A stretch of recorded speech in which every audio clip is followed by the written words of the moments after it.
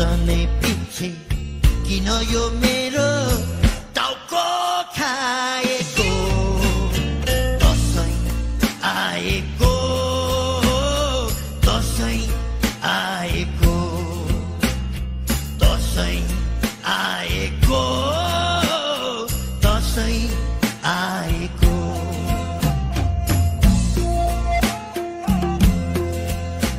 हेर्नुस् है रामेबा यसपालि त मलाई एउटा साडी दिनै पर्छ के दसैँ जस्तो चाडा जिन्दगी भरि एक सरो फरिया र चोलो कति लगाउनु लाइस बुढी सारी पैसा न सैसा टिकी ट्यास ट्यास दसैँ नै हो कि यो मेरो दशा फर्किआएको दसैँ नै हो कि यो मेरो दशा फर्किआएको वर्ष नै पछि किन यो मेरो टाउको खाएको दसैँ आएको दसैँ आएको दसैँ आएको दसैँ आएको खसी पनि घरले ल्याउनु पर्छ बा यसपालि त पोहोर जस्तो ऱ्याक होइन नि ल बरु म आफै पानी तताउँछु खुइलाउँछु टाउको चाहिँ चट्ट उसिन्नु पर्छ अब फालास बजिया गोर्ले खसी पैसा न सैसा टिकी ट्यास ट्यास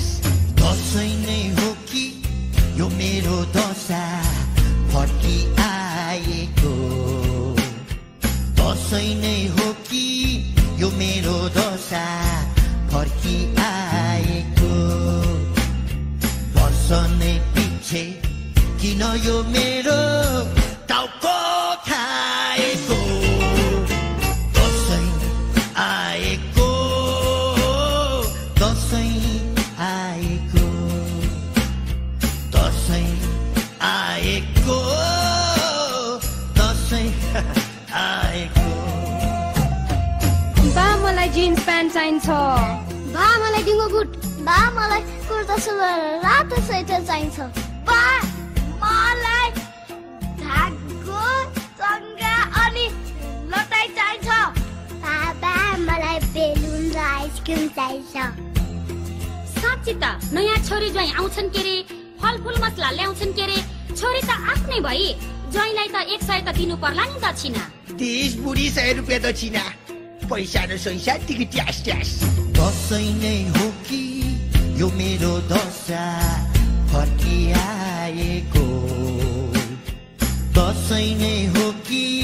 यो मेरो दशा फर्किआएको वर्ष नै पछि किन यो मेरो टाउको खाएको दसैँ आएको दसैँ आएको दसैँ आएको दसैँ आएको दसैँ आएको